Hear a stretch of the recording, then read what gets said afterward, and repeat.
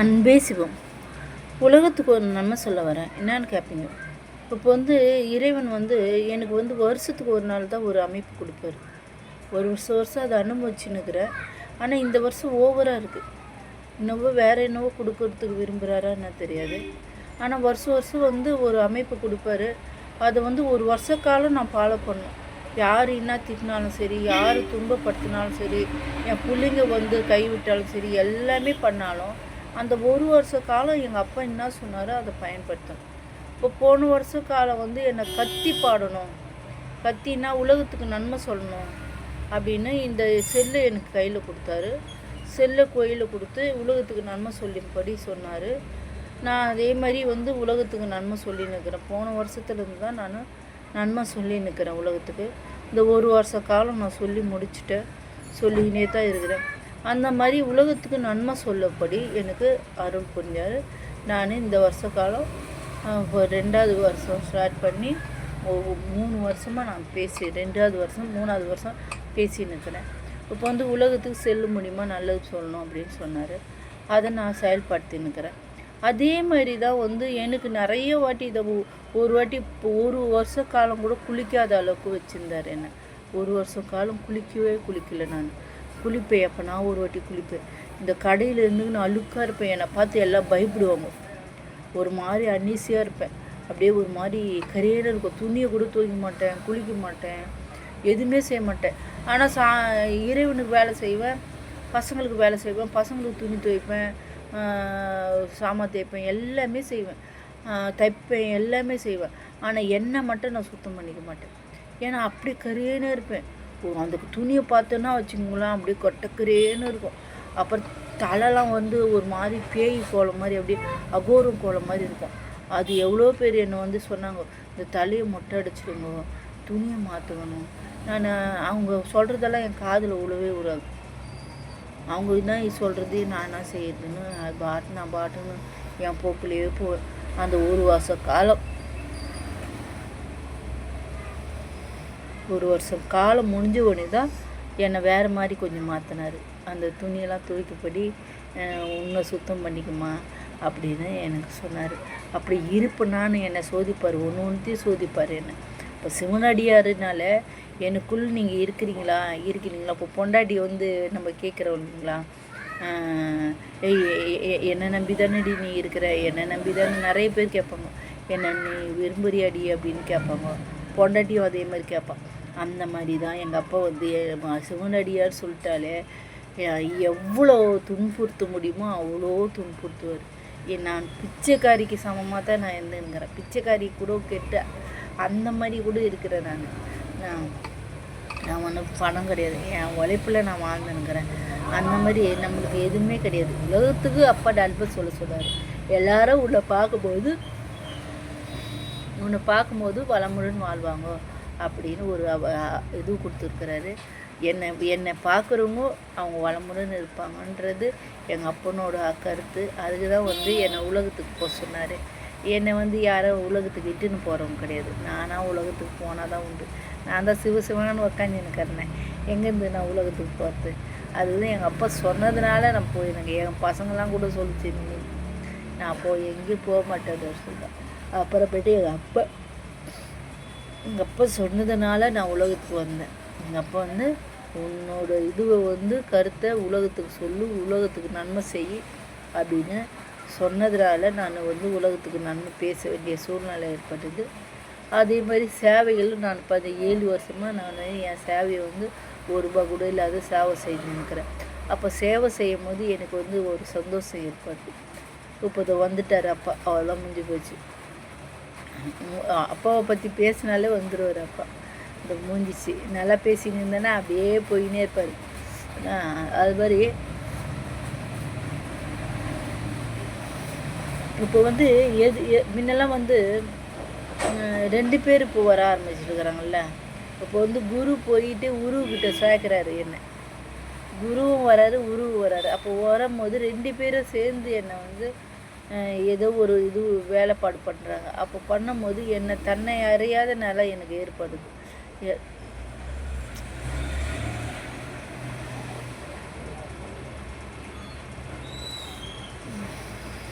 தன்னறியாத நிலை ஏற்படுது. அதுக்கு தான் அப்பனை பற்றி பேசினாலே இப்போ வந்து ஏற்படுதுன்னு பயங்கரமாக. நான் கண்ட்ரோல் பண்ண முடியல. இப்போ அப்பனை பண்ணி யூடியூப்பில் நான் பேசினுக்கும் போது என்ன தன்னறியாத நிலை போயின்னே இருக்குது. முதல்லலாம் அப்படி இருக்காது. ஆனால் இப்போ கொஞ்சம் காலகட்டத்தில்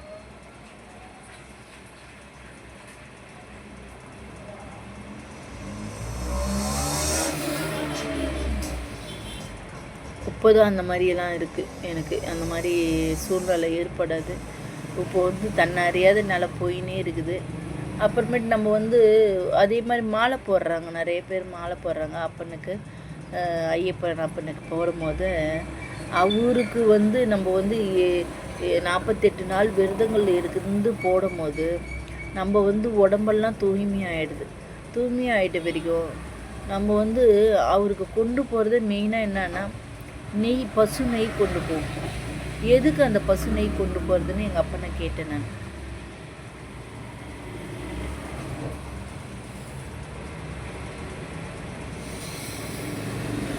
பசு நெய் எதுக்கு கொண்டு போகிறதுன்னு அப்பனை கேட்டேன். அதுக்கு அப்பா சொல்கிறாரு, பதில் கேளுங்க.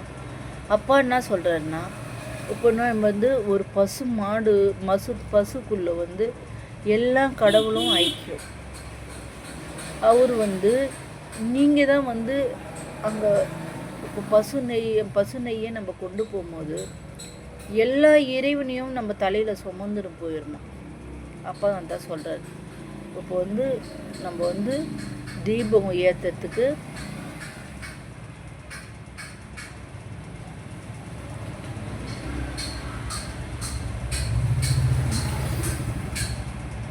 தீபம் ஏற்றுறோம். நம்ம அங்கே தீபம் ஏற்றுறதுக்கு தான் நம்ம பசு நெய்யை கொண்டு போகிறோம். அப்போ கொண்டு போகும்போது அந்த நெய்யை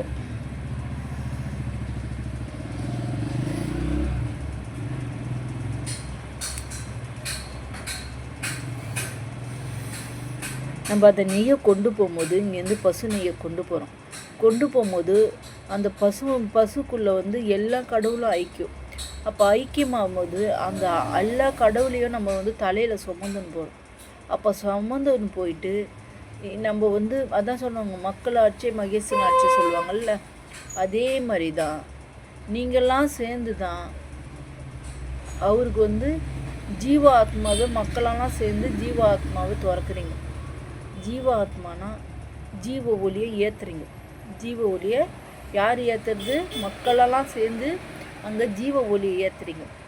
அந்த பசு நெய்யை சுமந்துன்னு போயிட்டு கல்லும் முள்ளும் காலுக்கு மெத்தை எல்லாத்தையும் காடு மேடு எல்லாத்தையும் தகர்ந்து அதை போய் அப்பனை எடுத்துகிட்டு போயிட்டு எல்லா இறைவனையும் ஸ்ட்ரெயிட்டாக இறைவன் அருள் கொடுக்காதனால இப்போ அந்த நெய் மூலியமாக எடுத்துகிட்டு போயிட்டு எல்லா இறைவனும் எடுத்துகிட்டு போயிட்டு அந்த ஜீவ ஒளியை நீங்கள் ஏற்றுறீங்க.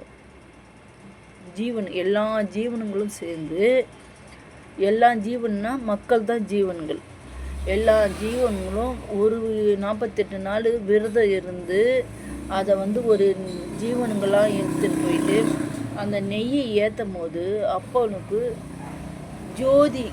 ஜீவ ஜோதி வருது.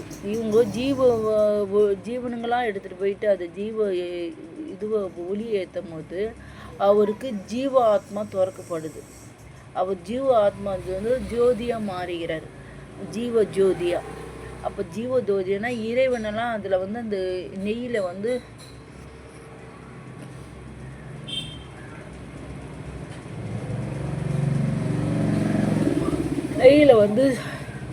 ஜோதியாக வருது. எரியும் போது அந்த நீங்கள்லாம் ஜீவனாக எடுத்துகிட்டு போயிட்டு அந்த ஒளியை ஏற்றும் போது அவர் ஜீவ ஒளியாக ஜீவ ஜோதியாக மாறுறாரு. அப்போ மாறும்போது ஜனங்களுக்கு அருள் அள்ளி கொடுக்குறாரு. அவர் எல்லா இறைவனையும் அந்த நெய் மூலிமா எல்லா இறைவனையும் அவர் பார்க்குறாராம். அந்த வாசனை துறைவன் தான் அவருக்கு பிடிக்குமா. அப்போ அந்த வாசனை துறைவங்க அந்த நெய் மூலிமா எல்லா இறைவனையும் அவர் அடையிறாராம். அப்போ அடையும் போது அந்த வருஷத்துக்கு ஒரு மாதிரி நீங்கள் நெய்யை எடுத்துகிட்டு போகும்போது எல்லா இறைவனையும் அவர் அந்த ஜோதியில் பார்க்குறாரா, ஜீவ ஜோதியில் அவர் பார்க்குறாரா. அப்போ பார்க்கும்போது அவர் ஜீவ ஒளியாக மாறுறாராம். அப்போ மாறும்போது உலகத்துக்கு வந்து ஒரு நன்மை நிறைய செய்யறதுக்கு வருடத்துக்கு ஒரு நாள் அவர் தவத்தை அவர் கலைக்கிறாராம். அவர் கலைச்சி மக்களுக்கு அருளை வாரி தராராம். இதுதான் எங்கள் அப்பா வந்து சொல்கிறாரு. அப்பா சொல்கிறது இது ஒன்றுதான். இப்படிதான் சொல்கிறாரு. எல்லா இறைவிடையை எடுத்துகிட்டு போகிறது யாருன்னா மக்கள் தான் அந்த நெய் மூலயமா கொண்டு போகிறீங்களாம். நெய் மூலிமா கொண்டு போய் இறைவனுக்கு சேர்க்குறீங்க.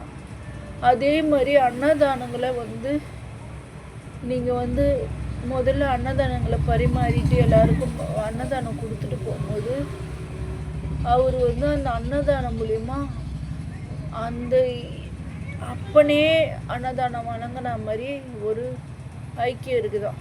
அந்த அன்னதானத்தை வழங்கிட்டு நீங்கள் இந்த அப்பனெல்லாம் சுமந்துக்கின்னு வரும்போது அவர் வந்து இதில் வந்து அந்த ஜீவ ஒளி வந்து நீங்கள் ஜீவ ஒளிங்கோ. அந்த டைமில் நீங்கள் ஜீவ ஒளிங்கோ. ஐயப்ப மாலை போட்டு இருக்கும்போது ஒவ்வொரு மனிதனும் ஜீவ ஒளியாக மாறுறீங்க. 42 நாள் இறைவன் ஒரு அந்த விரதங்களிலிருந்து தன்னுலகத்திலிருந்து உறவுகளை மறந்து எல்லாமே அங்கே வரும்போது நீங்கள்லாம் ஜீவ ஒளியாக இறைவனுக்குள்ளே வரீங்க. வந்து அந்த நெய் மூலிமா இறைவன் ஜோதியை ஏற்றும் போது அவர் வந்து ஜோதி ஒளியாக மாறி உலகத்துக்கு நன்மை சொல்கிறாருன்னு இறைவனை சொல்கிறாரு. இதுதான் வந்து அப்பன் சொல்கிறது. இதுதான் வந்து அப்போ வந்து அந்த ஐயப்பன் பூஜைக்கு இதுதான் சமர்ப்பணம்னு சொல்கிறாரு. இதுதான் வந்து உலகத்துக்கு நன்மை செய்யுது. இது ஐயப்பன்றது உண்மையான ஒரு ஜீவ ஆத்மா. அது வந்து இறைவனுக்கோசமே நீங்கள் நினச்சின்னுக்கிறீங்க. அது வந்து இறைவன் கடவுள் பெற்ற குழந்தைன்னு கிடையாது. அது வந்து கடவுளுக்கோசமே அர்ப்பணித்த ஒரு உயிர் ஜீவன். அது வந்து இறைவன் வந்து ஒளியாக மாற்றி அங்கே அமைச்சு வச்சிருக்கிறாரு. அதே தான் வந்து உலகத்துக்கு அது கட்ட பிரம்மச்சாரியாக இருக்கிறதுனால எங்கேயும் போக முடியாத அவர் வந்து காட்டுலேயும் மேட்லேயும் வசித்து அங்கேயே ஐக்கியமாயிட்டார். அதனால தான் அவர் அங்கே உக்காந்துன்னுக்கிறாரு. இதுக்கு மக்கள்கள் 1000 ஆலோசனை சொல்லலாம். ஆனால் அந்த மக்கள்கள் 1000 ஆலோசனை சொன்னாலும் இப்போ வந்து படங்கள்லாம் எப்படி உண்மை இல்லையோ படங்களெல்லாம் மக்கள் தான் எழுதப்பட்டது. சிலைகளெல்லாம் இறைவன் தான் படைக்கப்பட்டது. சிலைகள் வந்து இறைவன் படைக்கப்பட்டது. படங்கள் மக்கள் படைக்கப்பட்டது. படங்களை வச்சு நம்ம வந்து இறைவன் சொல்ல முடியாது. சிலைகளை வச்சு தான் இறைவனை அமைக்க முடியும். இதுதான் அப்பன்னு சொல்கிறாரு. சிலைகள் வெந்தால் இறைவன், படங்கள் என்றால் மனிதன். மனிதன் 1000 படம் படித்தாலும் அது அழியக்கூட பொருள். சிலைக்கு என்றுமே அழிவு கிடையாது. இதுதான் அப்பா சொல்கிறாரு. இதெல்லாம் தெரிஞ்சுன்னா நீங்கள் வந்து இறைவன் இருக்கிறாரு, நீங்கள் ஆலயம் போகணும். அதுக்கு தான் அப்போ வந்து இவ்வளோ தூரம் வந்து நாங்கள் வந்து ஆலயத்தில் தான் இறைவன் இருக்கிறாரு.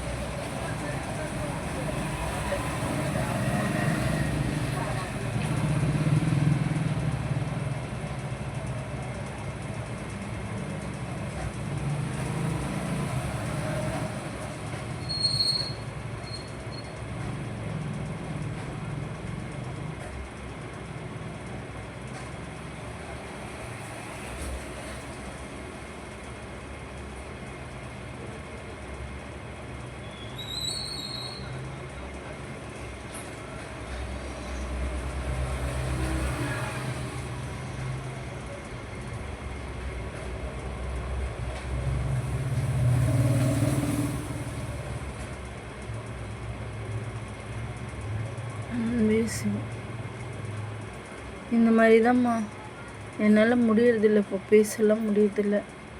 ரொம்ப கஷ்டப்படுறேன் பேசுறதுக்கு. எங்கள் அப்பா ரொம்ப கஷ்டப்படுத்துகிற மாதிரி இருக்குது எனக்கு. முன்னெல்லாம் பேசின்னு இருந்தேன் நல்லா. இப்போ பேசும்போது அப்பனை பற்றி வெளுத்தாலே என்னை தன்னை அறியாத நிலை வந்துடுது. இப்போ என்ன பேசணும், நான் அப்பனை பற்றி பேசினிருந்தேன், தன்னை அறியாத நிலை வருது. நான் என்ன பண்ணுவேன்? எனக்கு நான் போயிட்டு தவத்தில் அமைதியாக உட்காரணும் பொழுது உலகத்துக்கு என்னால் நன்மை சொல்ல முடியாதோன்னு தெரியல. ஐயனை பற்றி பேசினாலே எனக்கு உடம்பு தெரியல. ஐயன் தாவ கோலத்தில் உட்கார சொல்லிடுறாரு. முன்னெல்லாம் நல்லா பேசுவேன், பேச முடியறதில்லை. எனக்கு கண்ணு தான் சொருகுது, பேசுனால கண்ணு சொருகுது. எனக்கு என் நிலையில் இல்லை. நான் என்ன பண்ணுறது பாருங்கள், இப்படி தான் அவஸ்தைப்பட்டு நடக்கிறேன். ஒன்றும் பண்ண முடியல. இப்போ பாருங்கள், எனக்கு இப்படியே தான் போதைக்கார மாதிரி ஆகிட்டேன். நான் இப்போ உங்கள்கிட்ட நல்லா தான் பேசினேன், ஆனால் எனக்கு போதைக்கார மாதிரி அப்படியே சுற்றுது, உடம்பு சரியாக இருக்குது. தியானத்தில் இருக்கலாமா இருக்குது, இப்படியே தான் இருக்கிறேன். தியானத்தில் ஏறணும், அப்படியே இருக்கணும் அப்படி தோணும். வேறு எதுவுமே தோணலை எனக்கு. எங்கள் அப்பன் தியானத்திலே சொல்கிறது, அப்படியே படுத்துன்னு அப்படியே உட்காந்து இப்படி கண்ண முடியணும். இப்படி இருந்தானா எனக்கு நிம்மதியாக இருக்கிற மாதிரி. நான் என்ன பண்ணிட்டு போனேன், உலகத்துக்கு பேசணும்னு நினைக்கிற முடியல.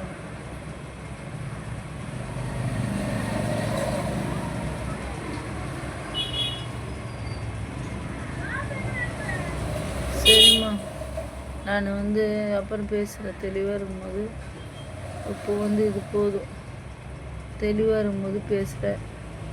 இப்போ அப்போ என்னை தியானத்துக்கு கூப்பிட்டார் பொழுது என்னால் பேச முடியல. அன்பே செய்வோம், நல்லதே செய்வோம், நலமுடன் நட்பு.